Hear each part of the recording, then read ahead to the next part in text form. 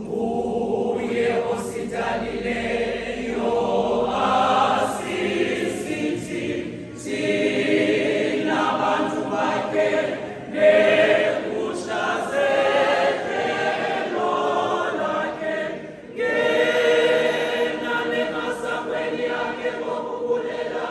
nasemangusini akhe ngendumiso ibali nokubulela kuye nidumise igama lakhe okuba elungile uYehova ububele bakhe ungunaphakade nenyaniso yakhe ihleli kwisizukulwana ngezizukulwana udumiso malweko kuye uyise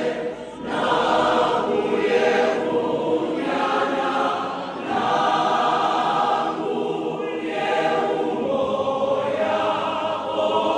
oyingcwele